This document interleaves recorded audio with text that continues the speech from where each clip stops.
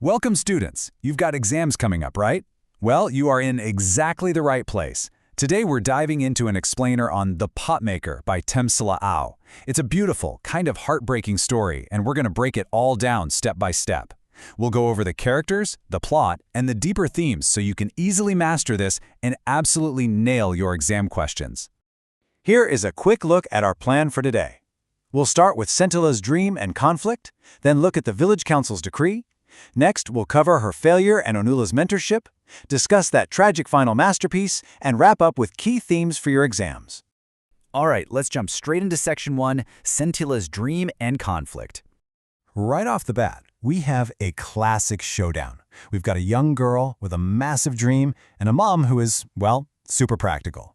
Our main character, Scintilla, has wanted to be a pot maker literally since she was a little kid following her mom around the fields. She just wants to follow in the footsteps of her mother, Arenna, and her grandmother before her. But in their village, different traditional crafts mean completely different lifestyles. And Arenna, she absolutely refuses to let Scintilla become a potter. She really pushes weaving instead. Now, this is a super important point for your exams, so definitely keep this in mind. Why is Arenna so against it? Well, Scintilla actually overhears her parents talking one night, and the truth comes out. Arenna wants her to weave because, frankly, it makes good money. It's a clean job. You do it comfortably indoors no matter the weather, and it just pays well. Pottery, on the other hand, it yields a tiny, tiny amount of money, basically a pittance, for some serious, back-breaking labor. To truly get why Arenna is so protective, you have to understand what making a pot actually takes here. It is brutal. We're talking 6 exhausting steps. First, you have to hike 16 kilometers, 16, just to find the right gray and red clay at the riverbank. Then you have to lug all of that heavy clay uphill. After that, you pound this stubborn clay inside bamboo cylinders just to soften it. Then comes the shaping, drying it out in the hot sun, and finally firing it in a kiln made of hay and bamboo. And get this, if you overfire or underfire it, boom, the whole batch is ruined. So Arenna isn't just being strict to be mean, she's exhausted, and she wants an easier life for her daughter. Moving into Section 2, the Village Council's Decree. Let's see what happens when the community steps in.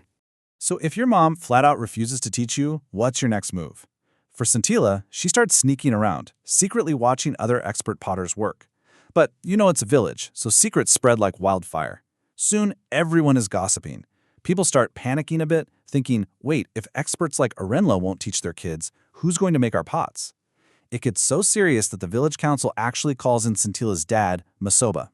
He tries to politely defend his wife, saying they were just waiting for Scintilla to get over an illness, but the elders have a very different perspective. Definitely jot this quote down for your answers. The elders make a strict ruling. They say traditional skills do not belong to any single individual person. Instead, they symbolize the tradition and history of the entire community. Basically, the community owns the craft. So experts actually have an obligation to pass it on. Because of this decree, Arenna is cornered. She has to teach Scintilla. Okay, Section 3, Failure and Onula's Mentorship. The real work begins. So the council forced Arenna's hand, and she finally takes Scintilla down to the riverbank to gather clay. But getting permission, that was the easy part. Scintilla figures out how to dig and prep the clay, but when it comes to actually shaping it, she completely fails. She can't even hold the lump of clay right. And this goes on for an entire year, a whole year of just sitting there, hanging her head in shame and frustration, while her mother steps in, takes the misshapen lump, and effortlessly spins it into a perfect pot. The craziest part is, Arenna just watches her fail again and again without ever offering the exact guidance Scintilla needs. But things finally shift the very next year. Scintilla grows older and, following custom, moves into the girls' dormitory. This place is run by a super kind widow everyone affectionately calls Onwilla, or Auntie. Now, Onwilla knows all about the drama with Scintilla's family, and one night she catches Scintilla secretly pulling clay out of her basket, just weeping over these terrible lopsided pots. Onwilla steps right in, totally gentle, and says, "Don't worry, little one, I shall teach you." After helping Scintilla make her first actual working pot, Onula notices the rim is still a bit messed up. But she doesn't just fix it for her, she gives her the ultimate piece of advice. She tells Scintilla, watch her carefully when she is shaping the mouth of the pot. Onula realizes that what Scintilla really needs isn't just to wrestle with the clay, she needs to specifically observe her mother's specific rhythms and hand movements. Which brings us to Section 4, the tragic final masterpiece. Taking Anula's precise advice, Sentila totally changes her strategy the very next time she sits down with her mom.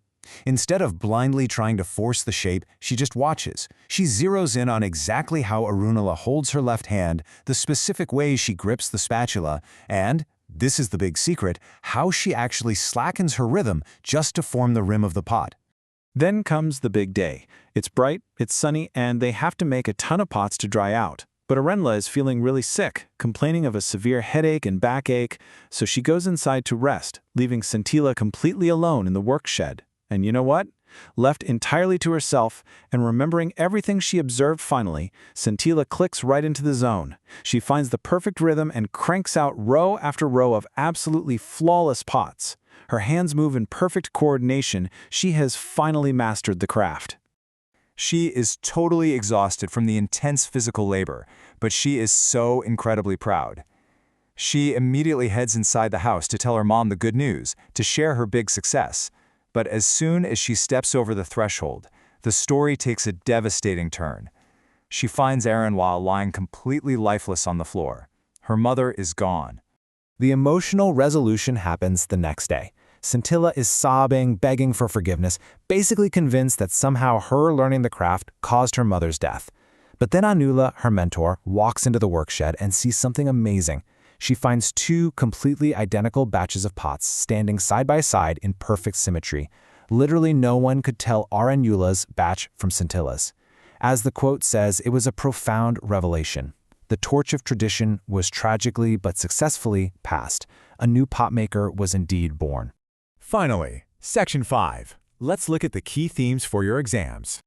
All right, quick review time. Make sure you memorize these 5 bullet points. Number 1, the big clash, Sentila's passion versus Arnola's practical pragmatism. Number 2, the idea that traditional skills belong to the whole community, not just one person.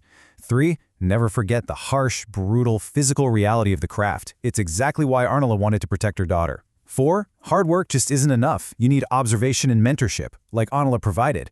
And 5, the ending highlights the bittersweet, cyclical nature of life and passing down a legacy.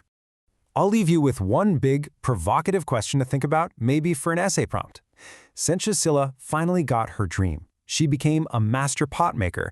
But considering the cost, does achieving that dream actually feel like a victory, or does it ultimately feel like a massive sacrifice? Think about how the birth of the new artist happens right as the old artist passes away. Ponder that as you revise. Good luck on your exams, guys, and thanks for joining me for this explainer. You are going to do great.